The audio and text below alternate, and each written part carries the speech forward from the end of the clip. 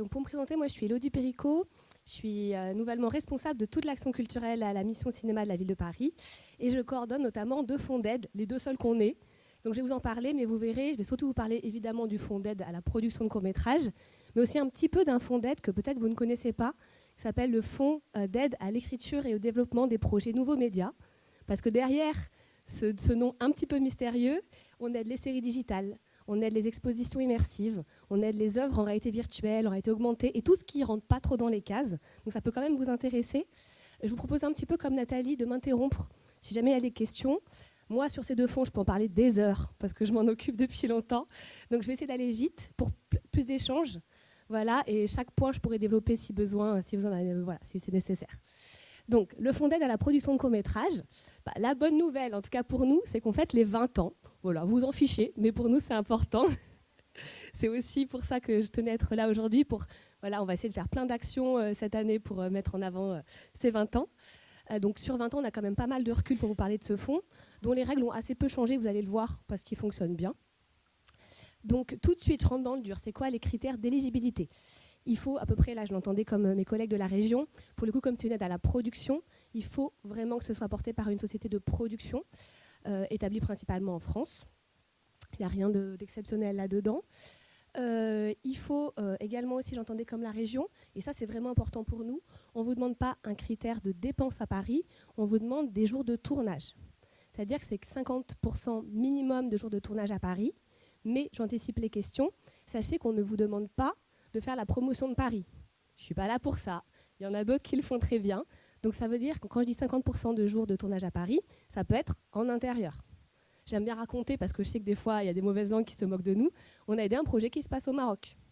Parce qu'en fait, il y a 51% des jours de tournage qui se passent bien à Paris, dans une maison qui fait croire que c'est au Maroc. Vous êtes, je pense, pour beaucoup des producteurs, vous êtes malins, vous savez faire. Donc voilà, nous, ce qu'on vous demande, ce n'est pas du tout de tourner en extérieur, mais intérieur, comme vous voulez. La seule chose qui est importante pour nous, c'est que pour le coup, on s'arrête au périph'. J'ai plein de collègues à vous qui me disent « Mais si je tourne à Pantin ?» Non, non, vous le savez, tout le monde me le demande, mais c'est toujours non. Il n'y a pas d'exception. On s'arrête au périph', sachant que le périph' fait partie de la ville de Paris. Vous avez, voilà, quand même, je le dis, parce qu'il y en a qui tournent sur le périph'. Donc là, ça rentre. Par contre, vous êtes au bois de Vincennes, c'est OK. Vous êtes au bois de Boulogne, c'est OK. Pour tout le reste, on reste vraiment dans les 20 arrondissements parisiens. On est ouvert à tous les genres, ça c'est important aussi, parce que comme on n'a qu'un seul fonds, on ne peut pas aider d'un côté. Vous me dites si je vous gêne, hein. C'est bon ? Non ? Je peux me pousser. Je peux même me mettre ici si c'est plus simple. On aide la fiction, l'animation, le documentaire, l'expérimental, tout confondu. Voilà.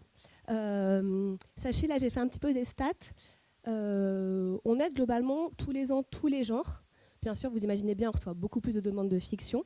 Mais in fine, on a peu de demandes d'animation, mais on en aide beaucoup. Ça, je ne sais pas si peut-être certains d'entre vous font des œuvres en animation. C'est en partie parce que les œuvres d'animation, quand elles nous arrivent, elles ont potentiellement 5 ans de développement derrière elles. Donc en fait, elles nous arrivent, elles sont tellement solides que par rapport à une fiction qui peut être très intéressante, mais dont le scénario est peut-être un peu faible, où il y a des réécritures, l'animation, ils arrivent, ils ont 100 pages, une animatique. C'est sûr que forcément, c'est, voilà, comme on compare tout, et l'idée c'est qu'on demande à nos membres du jury de vraiment se focaliser sur l'intérêt artistique de l'œuvre, et les questions de tournage à Paris, c'est moi qui m'en occupe, c'est pas eux, chacun son travail. Voilà, c'est une aide forfaitaire de 20 000 €, donc tout le monde obtient la même somme. C'est important de le dire aussi parce que nous, il n'y a pas de question de chiffrage. Un documentaire, vous le savez peut-être, ça peut avoir un tout petit budget. L'animation, un énorme budget. Ben, on donnera 20 000 € à tout le monde. C'est le règlement, c'est plus simple. Et donc, vous voyez, l'enveloppe, elle est de 320 000 €. Ce qui vous faites le calcul, ça fait 16 projets qu'on peut aider par an. Je vous ai mis les dates. Ça, c'est peut-être le plus important pour vous. Tout est sur notre site internet, hein. Je vous l'ai mis là au cas où ça vous rappellera un petit peu. Mais on a 3 sessions par an. On a annoncé là dernièrement les dates de l'année. Donc de manière assez classique, vous pouvez vous mettre dans la tête si vous voulez retenir. On a un dépôt qui est à chaque fois ouvert un mois. Et c'est janvier, avril, septembre. C'est immuable. Tout le monde me demande, mais c'est quoi l'année prochaine ? Ce sera la même chose. À moins qu'on se rende compte que d'un coup, ce n'est plus pertinent. Jusqu'à présent, ça fonctionne pas mal. Donc on a 2 sessions au premier semestre et une session au second semestre.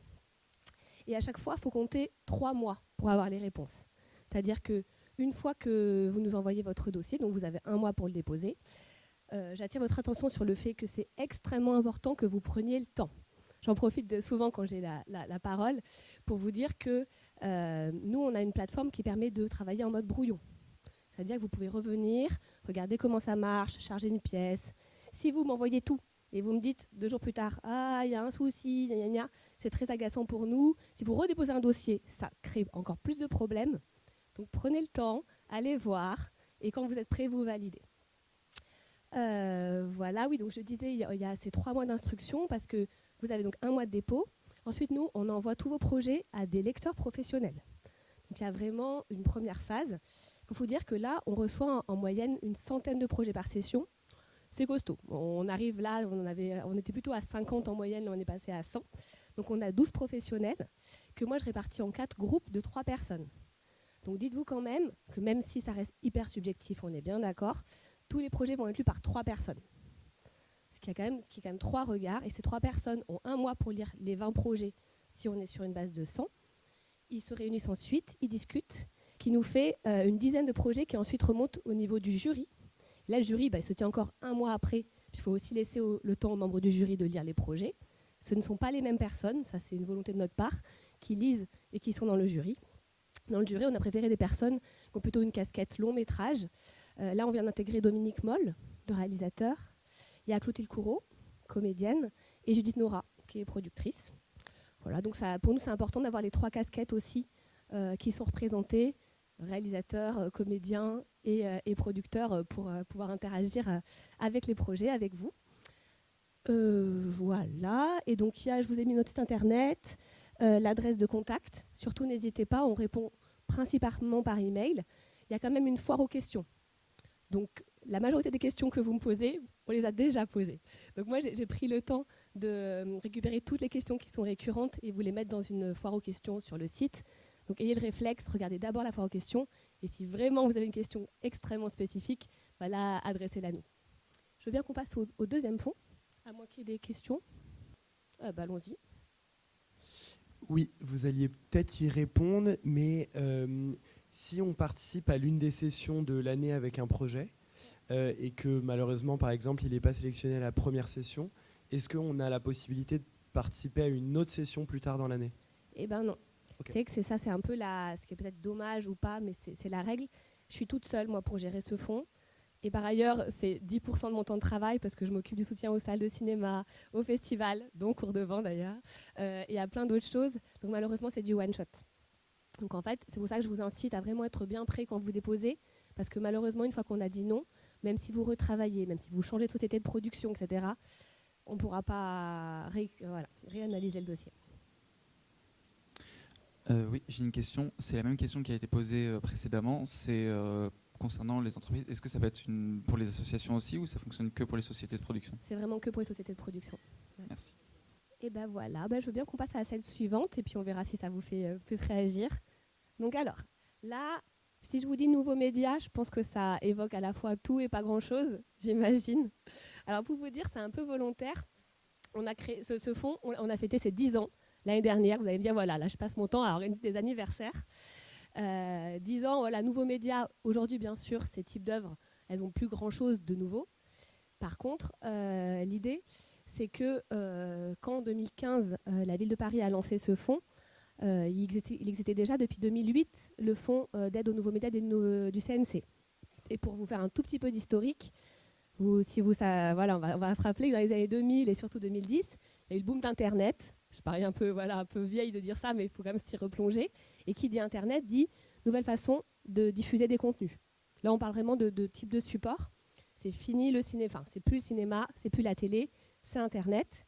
Et nous, quand en 2015, on lance ce fonds, il arrive aussi la réalité virtuelle, les réseaux sociaux et plein d'autres canaux, plein d'autres supports pour diffuser des œuvres.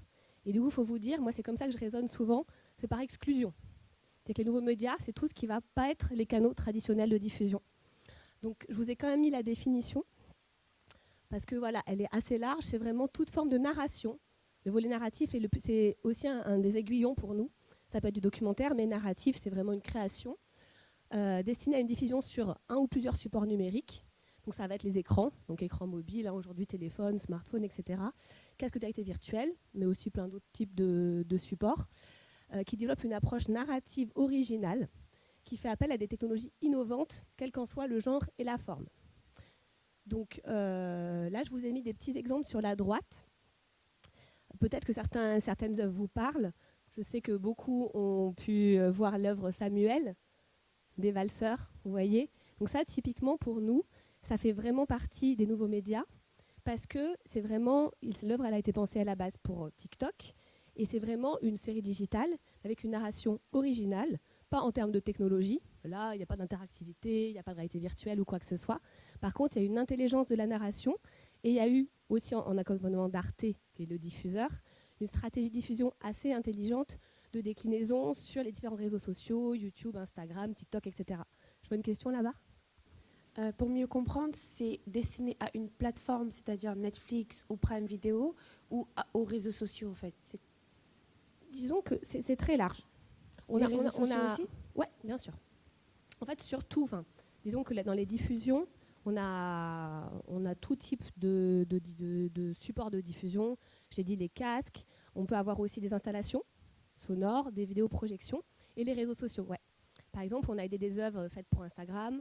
Là, chez Malaison, par exemple, si vous connaissez. Donc Samuel, qui était plutôt TikTok. On a aidé des œuvres pour Twitch.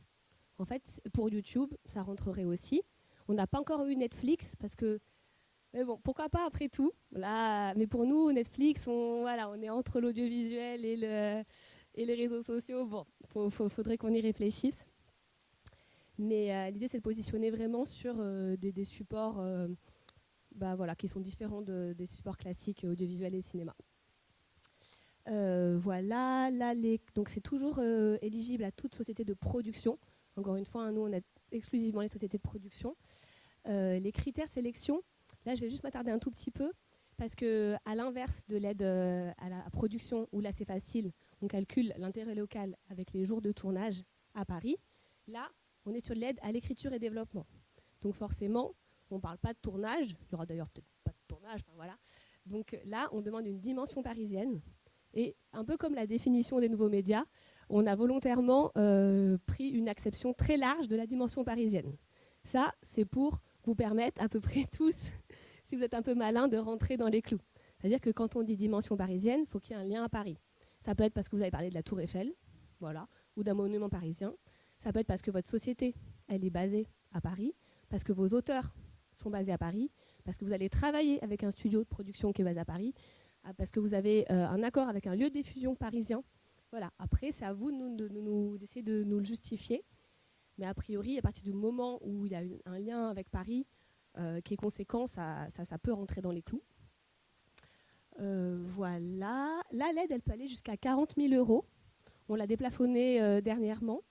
L'idée, c'est que l'aide à l'écriture et au développement, c'est un coup de pouce. C'est-à-dire que nous, on reçoit les projets, souvent, ils font 4 pages. C'est normal, c'est des intentions, c'est des réflexions, c'est surtout souvent une aide au prototype. Donc l'idée, c'est qu'on se dit, donc les membres du jury, là, ils vont estimer l'aide.